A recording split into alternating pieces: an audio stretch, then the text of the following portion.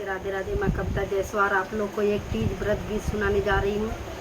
पसंद आएगा तो लाइक सब्सक्राइब जरूर करना और कमेंट बॉक्स में ज़रूर बताना कैसा लगा हमारा तीज गीत। और गौरी मैया से हम हाथ जोड़ के निवेदन करते हैं, प्रार्थना करती हूँ कि हमारी जितनी सुहागन बहन हैं सबका सुहाग अमर रखिए, सबको सुहागन रखिए। भूखल बाटी बाबा तीजा का बरतिया जाए ना देता ना।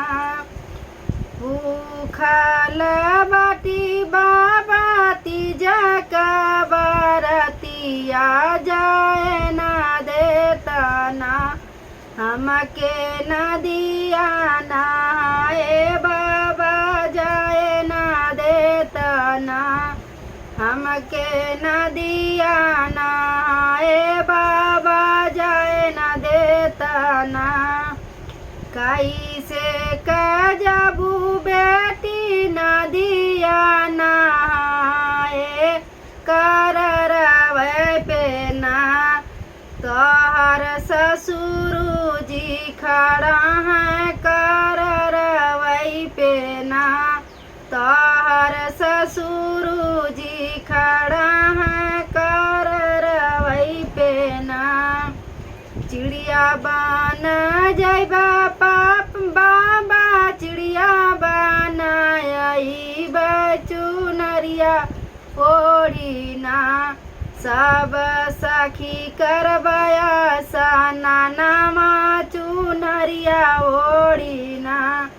सब सखी करबया सनानमा चुनरिया ओढ़ी ना।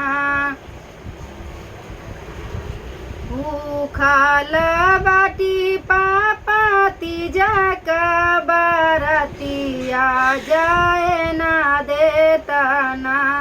हमके नदिया नहाए पापा जाए ना देता ना। हमके नदिया नहाए पापा जाए ना देता ना। कैसे कजबू बेटी नदिया नहाए कर रे वही पे ना। तोहर भसुरु जी खड़ा है कर रवई पे ना।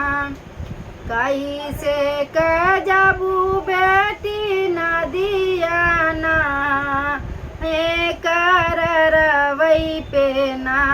तोहर भसुरु जी खड़ा है कर रवई पे ना। चिड़िया बन जबई पापा चिड़िया बन आई चुनरिया ओढ़ी ना। सब सखिया नहाई चुनरिया ओढ़ी ना। सब सखिया नहाई चुनरिया ओढ़ी ना।